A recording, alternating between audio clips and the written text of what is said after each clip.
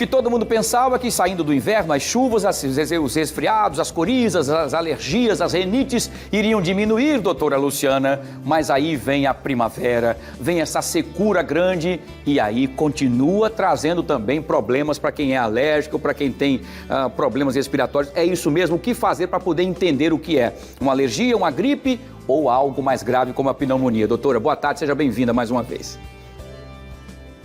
Boa tarde a todos os telespectadores. Wilson, esse tempo, ele fica nessa transição entre chuva, entre frio. A gente não tem frio, né? Mas em algumas áreas no estado até tem um tempo mais frio, sertão, ali no meio do estado, diferente de Maceió. A zona da mata, né? Exatamente. Embora quem mora lá em cima, né, na Benedito Bentes, por ali, diga que faça frio, né? Durante a noite, as madrugadas. E então essa transição do frio para uma temperatura mais elevada, a gente já começou a sentir hoje. Eu não sei se você sentiu calor hoje, mas eu senti. Eu também senti. Então, diferente do que a gente vinha sentindo nas últimas semanas. Parece que foi até assim uma coisa bem drástica, né? Estava mais tranquilo e de repente começou a aparecer. Então, quem já tem problemas respiratórios, quem já tem alergia, quem já tem asma, né, que tem alguns problemas de POC, etc., depende aí também da idade, tende a ter a também ter algumas dificuldades nesse tempo de transição. Então, o organismo da gente vai se acostumar a essa secura, vai se acostumar às vezes até alguns alérgenos que aparecem nas plantas. A primavera é tempo mais de florir, né? Então, tem alguns pólenes que podem também, exatamente, causar essa alergia. Tem pessoas que têm muita alergia a pólen, né? E o pólen, às vezes, ele está no ar mesmo. Então, a gente está próximo ali de um local, a gente vê ele passando aquelas coisinhas das flores amareladas. Isso é o pólen, às vezes até invisível. Então, a gente tem um contato com o alérgeno, que é o pólen, e também com a secura. Então, a gente fica com a mucosa mais seca, e isso também pode favorecer o aparecimento. E não é que isso cause, mas ela favorece. Como a mucosa está ressecada, ela fica mais acessível, vamos dizer assim, a um processo inflamatório, pode haver colonização. Fica mais suscetível à inflamação Isso. E aí a pessoa pode ter vírus e bactérias e fungos também aí, causando esses processos respiratórios. É claro que isso é mais comum, de fato, em regiões onde tem mais chuva. Então, por exemplo, agora, nessa região no Sudeste, a tendência é que aumente o calor e venha chuva. É diferente da gente, né? A gente tem chuva no inverno. Mas no Sul, eles têm calor e chuva também. E aí termina que as pessoas também se aglomeram por conta da chuva e termina que há essa possibilidade aí de transmissão desses micro-organismos que são facilitados assim pela fala, pelo espirro, por a gente estar próximo. Muito bem. Quando a gente fala na diferença de uma alergia, é um processo que eventualmente a pessoa já cursa com ele. E aí, dependendo de se expor a uma situação dessa, a pessoa começa a desencadear espirro, coriza, obstrução nasal, e tem pessoas que têm manifestações na pele. A gripe, o resfriado, vamos dizer assim, o resfriado já tem um quadro mais semelhante, mas que é súbito, a pessoa não fica com aquela recorrência como uma alergia. E a alergia, quem é alérgico já sabe mais ou menos. A pessoa diz assim, eu arrumei uma gaveta, depois disso eu comecei a ficar com essas manifestações. A pessoa já faz uma certa relação. No resfriado, não. A pessoa ou teve contato com alguém, ou foi para algum local fechado e que pode ter tido um contato que a pessoa nem sabe com alguém que ali espalhou o vírus. A gripe é uma manifestação mais intensa, então a pessoa pode ter febre, pode ter moleza, ficar sem coragem para fazer as coisas, além das manifestações respiratórias habituais, tosse, e coriza, e espirro. Então, um quadro mais, vamos dizer, quando a gente compara o resfriado com a gripe é um quadro mais intenso do que o resfriado. Tanto na duração, o resfriado é curto, a gripe pode se demorar aí uns 3, 5 dias para a pessoa curar. Perfeito, muito bem. Doutora, eu fico preocupado, sabe por quê? Com o meu nariz, no tamanho do meu nariz, esses pólens, tudinho vai vir para o meu nariz, doutora, não tem jeito. Vamos fazer o seguinte, vamos trazer então as perguntas das pessoas que querem participar desse bate-papo muito legal com a doutora Luciana Pacheco. Vamos lá.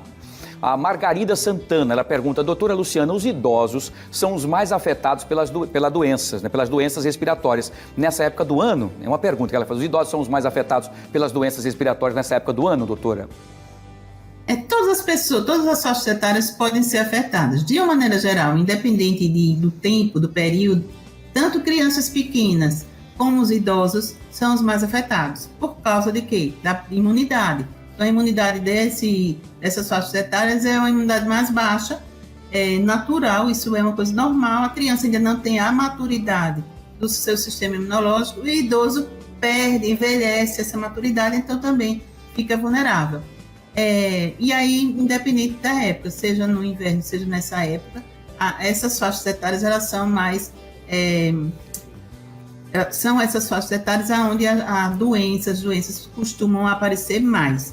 A criança, ela ainda tem a situação dela ir para a escola, ir para a creche, então esse ambiente também favorece, porque as crianças gripadas estão ali, elas se trocam objetos, né, colocam na boca e tal, facilita muito. O idoso, ele fica mais parado, mais deitado, então acumula mais secreção e aí pode também desenvolver, por exemplo, pneumonia. Então é preciso exercitar o idoso, tirar da cama, fazer com que ele ande. Quem não consegue andar, mas pelo menos levar um sol, colocar numa cadeira que possa ir para o sol, arejar o quarto, arejar o quarto, arejar, né, bastante, abrir a janela, evitar usar, principalmente para quem é alérgico, evitar usar cortina, bicho de pelúcia, muito objeto no quarto, deixar o quarto mais limpo, mais livre de objetos que possam acumular poeira possível. E criança e adultos também, se estiverem gripados, não vão para a escola. Os adultos, se estiverem gripados, não vão para suas atividades habituais, ou sejam escolares, sejam de trabalho. Perfeito, doutor, excelente. Vamos lá para a nossa segunda e última pergunta de hoje. Vamos ver quem pergunta, a doutora Luciana Pacheco, médica infectologista. É o Walter Silva. Ele pergunta o seguinte, doutora Luciana, existe alguma medida para evitar essas viroses?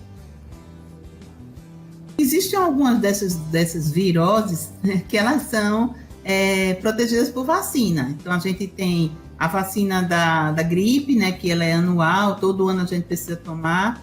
E, de uma maneira geral, esses vírus respiratórios, então, tem vacina para todos eles. Então, evitar aglomerações, evitar, dependendo, você tem uma criancinha pequenininha, recém-nascido, não levar para shopping, não levar para ambiente muito fechado, festas, né, onde existe ali trânsito de muita gente. Às vezes a gente vê um recém-nascido no shopping, eu fico impressionado. O bebezinho lá, bem pequenininho, que a gente vê que nasceu há poucos dias, está lá no shopping. Claro que você precisa levar seu bebê, se for o caso, para um atendimento médico, para tomar vacina, aí é outra situação. Mas a gente vê as crianças ali, às vezes no carrinho, no meio de um restaurante com outras crianças, né? Eu estava até vendo, Wilson, uma pessoa que eu sigo na Noruega, ela dizendo que apesar do frio, na Noruega as crianças elas ficam do lado de fora, bem empacotadinhos, né, nos carrinhos, e os pais evitam que eles fiquem dentro dos restaurantes, porque ali tem muito trânsito de pessoas. Né? Então, do lado de fora, as crianças ficam num ambiente arejado, mesmo que seja frio, que lá faz muito frio, quase que frio o ano todo, mas então assim... Mas não ficam dentro da aglomeração, né? Que é onde está o risco, né? Para as crianças que ainda não estão com a sua imunidade ainda 100%, né, doutora?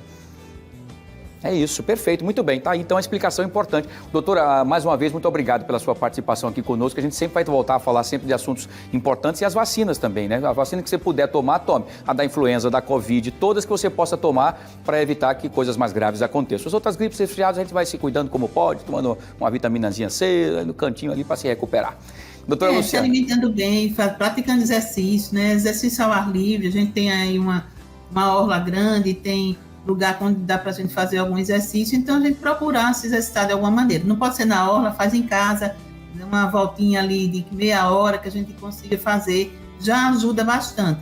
Tanto a parte respiratória como a parte muscular, né, de membros superiores e inferiores, para que a gente possa envelhecer com qualidade. Todos nós vamos envelhecer, né, Wilson? Então, é verdade. A gente diz, a pessoa tá sentindo isso. A gente só sente isso porque envelhece. Isso. Então, mas a gente precisa também envelhecer com qualidade e isso a gente pode fazer, se exercitando, com alimentação adequada, tomando água e também tomando vacina. Tem vacina para todas as faixas etárias. Muito bem, doutor. Recado dado. Por isso que eu danço aqui no ônibus do Alerta. Para mim é um exercício todo dia, tá vendo? Importante. Muito bem. Doutora Luciana, mais uma vez, muito obrigado. Boa semana, com muita saúde e até a próxima, se Deus quiser. Boa tarde. Até a próxima. Boa tarde a todos. Amém. Muito obrigado. Doutora Luciana Pacheco, médica infectologista, nos explica pra gente, falando sobre as viroses, prestação de serviço pura aqui para quem acompanha o nosso fenômeno. Fique alerta, tá?